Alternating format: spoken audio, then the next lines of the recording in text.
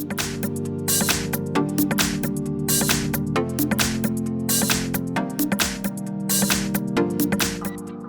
everyone, here we've got the DOOGEE X80 and let me show you how to check IMEI and serial number on this device. So actually we've got two options to choose from. First one will be through the phone dialer, so let me show you this.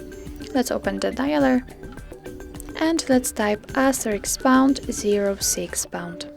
And as you can see, the IMEI info simply pops out. Let's click on OK and remember *#06#.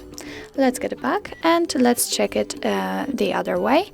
Let's go to the settings, scroll down to the very bottom and choose the system. Click on About Phone and let's choose the status. As you can see, here we've got the IMEI information, so simply tap on it, and here we've got the IMEI info for both SIM slots. Let's get back, and here at this level we've got the serial number. So that's all. This is how to check IMEI and serial number in your DOOGEE X80.